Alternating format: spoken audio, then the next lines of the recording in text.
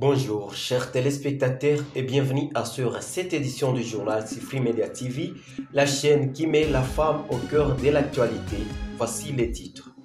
Un nouveau chapitre s'ouvre pour la chefferie des cabarets. Alexandre Kabaré d'Ambushiro Gemanizi III monte sur le trône. Il a été intronisé officiellement ce samedi 17 août 2024 lors d'une cérémonie traditionnelle par les gardiens de la coutume, communément appelée Badjinji.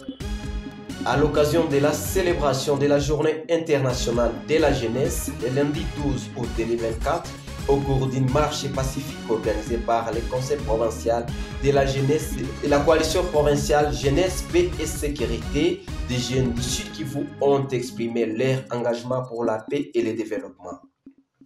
Chers téléspectateurs, comme je l'ai annoncé dans les titres, ce samedi 17 août 2024, un événement historique a marqué la chefferie des cabarets. Alexandre Kabaré d'Ambushiro Gemanizi III a été officiellement intronisé Mwami lors d'une cérémonie solennelle. Conformément aux traditions ancestrales, les Badjinji ont joué un rôle central dans cette intronisation, marquant ainsi le début des nouveaux chapitres pour cette communauté. Alexandre succède son père Rugemanizi Mwami Désiré Rugemanizi Kabaré est décédé en juillet dernier.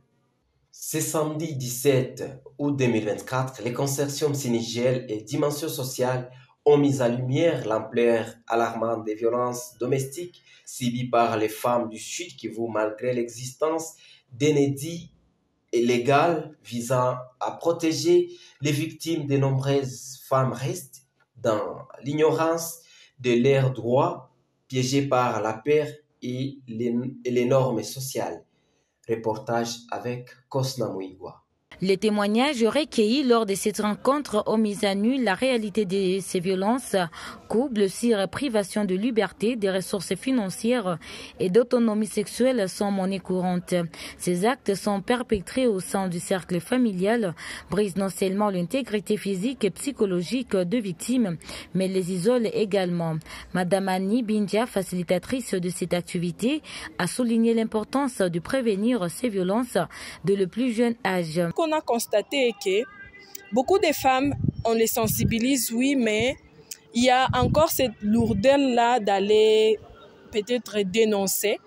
Par exemple, vous allez voir une femme qui a déjà fait 10 ans dans son foyer, 15 ans, et peut-être qu'elle est toujours victime d'une ou telle violence, et qu'elle estime que maintenant, là, commencer à dénoncer pour elle, peut-être que ça ne va rien donner. Et il y a d'autres qui se découragent juste comme ça. Elles se disent, bon, ok, j'ai appris et ça passe comme ça.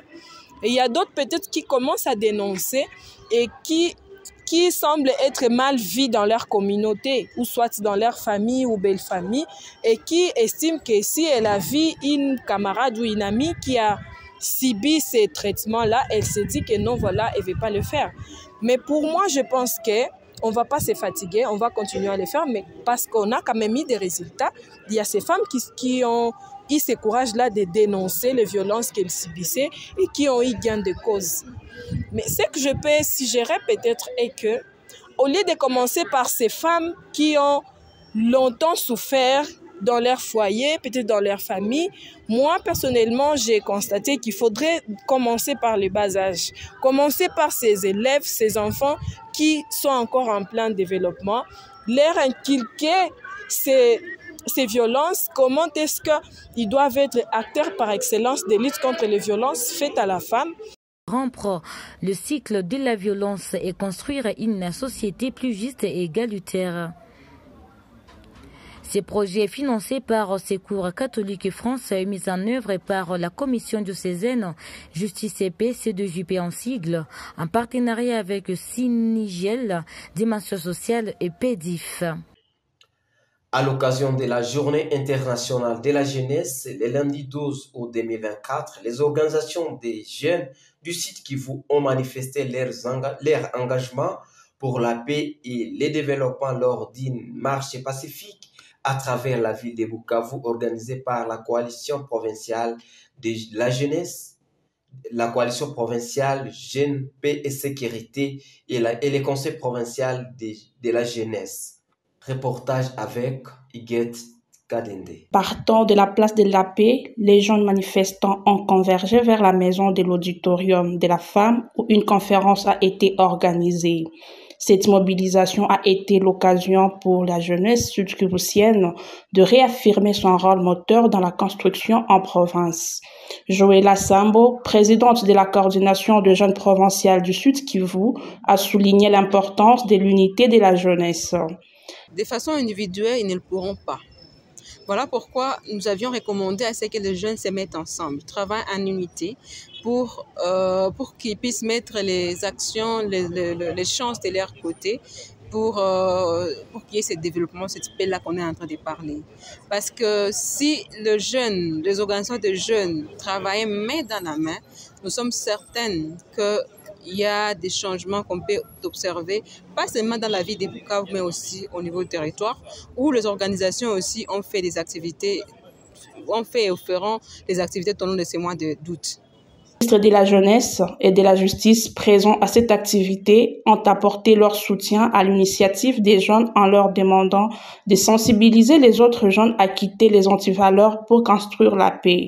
Et comme gouvernement provincial, nous voulons les encadrer, nous voulons surtout les encourager dans le travail de l'entrepreneuriat. Parce qu'avec l'entrepreneuriat, nous sommes convaincus qu'il y aura la paix. Parce qu'un jeune qui s'occupe de son travail, il ne peut pas aller dans des groupes armés, il ne peut pas prendre la drogue, il ne peut pas prendre des choses là qui sont nuisibles à sa santé.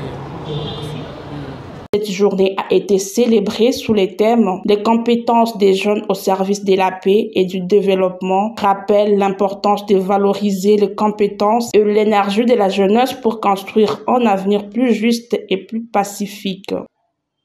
L'ONG Action pour la paix et la concorde APC-ASBEL vient de finaliser un plan de renforcement des capacités après une intense séance d'auto-évaluation de 4 jours qui s'est tenue dans ses bureaux nationaux à Bukavu et s'est conclu ce vendredi 16 août 2024. Ce processus s'est appuyé sur les modèles Aspire, une approche appréciative visant à permettre à APC de mieux comprendre et structurer son développement institutionnel. Avec le soutien technique de son partenaire Merci Corps, l'ensemble des équipes de la direction au programme, en passant par les finances et les équipes de terrain, ont participé activement à cette évaluation. Pendant 4 jours, chacun a eu l'occasion de s'impliquer dans une analyse démocratique, garantissant ainsi que chaque voix ait son importance pour l'avenir de l'organisation. Marie-Sonine Dicoste, chargée des partenariats chez Merci Corps et facilitatrice de l'auto-évaluation, a exprimé ses premières impressions. En fait, mes premières impressions, d'abord, ça commence depuis le premier jour. Et l'enthousiasme qu'il y avait pour toute l'équipe de répondre aux questionnaires individuels. Et le deuxième jour, c'est la discussion de groupe, parce qu'on était en train de comparer les résultats individuels. Où tout le monde a dit que non, nous pensons que notre organisation est à ce niveau et non à ce niveau. Et ensemble, on a trouvé, APC ou les membres de APC, ils ont trouvé un consensus. Voilà la cote appropriée pour leur organisation. Et c'est à partir de cette cote, ils ont défini les priorités pour aboutir à un plan de renforcement de capacité. Marie-Sonine Dicoste a encouragé tous les membres de l'organisation à s'investir pleinement dans la mise en œuvre de ce plan, rappelant que chaque individu a un rôle crucial à jouer. De son côté, Deo Bouma, directeur exécutif d'APC, a exprimé sa gratitude envers Merci Corps et ses facilitateurs pour leur engagement et leur flexibilité tout au long de l'activité. Il a également remercié les personnels de son implication active.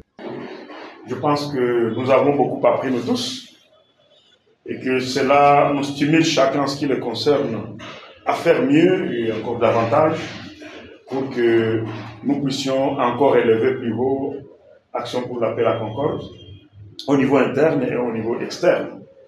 mais pour que nous méritions aussi davantage de confiance de la part de Merci Corps, mais aussi de la part de tous les autres partenaires, qu'ils soient techniques ou financiers, qui accompagnent APC. Deobouma a souligné que les interactions avaient été à la fois fructueuses et conviviales, offrant des précieuses leçons sur les forces et les faiblesses de l'organisation dans divers domaines. Chers téléspectateurs, mesdames et messieurs, voilà ce qui met fin à notre édition du journal hebdomadaire Sifri Media TV. À la prochaine.